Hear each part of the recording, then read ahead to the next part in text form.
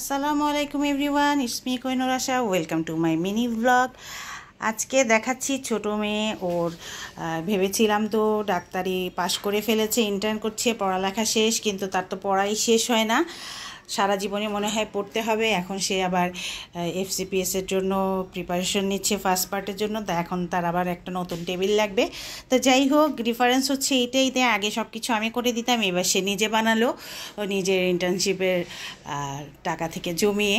তো এই যে পড়ার টেবিলটা, রিডিং টেবিলটা বানালো, সেটাই আসলে আপনাদের সাথে শেয়ার করছি। কিছু লক করে জিনিস রাখার জন্য, উপরের পার্টটায় ওপেন প্লেস রেখেছে খাতা বই রাখার জন্য, আর এদিকে অনেকগুলো ড্রয়ার দিয়েছে, লক সিস্টেম।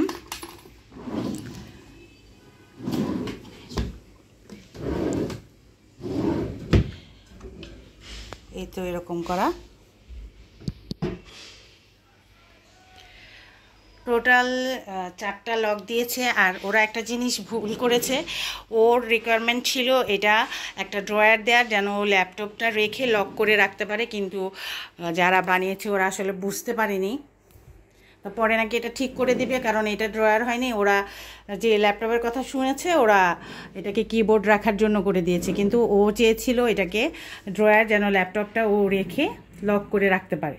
তো যাই হোক, এই টোটাল টেবিলটায় ওর বাসায় আনা পর্যন্ত ভ্যানে 9,000 টাকা পড়লো, একদম ভালো বোর্ড দিয়ে করা, সহজে এগুলো কিছু হবে না।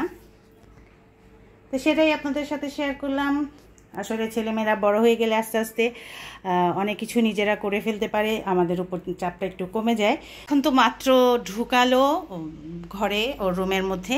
তো ও পুরো টেবিলটা ডেকোর করার পর আমি আবার আপনাদেরকে দেখাবো তখন কেমন লাগে, কারণ ওর অনেক শখের জিনিস আছে যেগুলো ও রাখবে, যে জন্য তৈরি করেছে।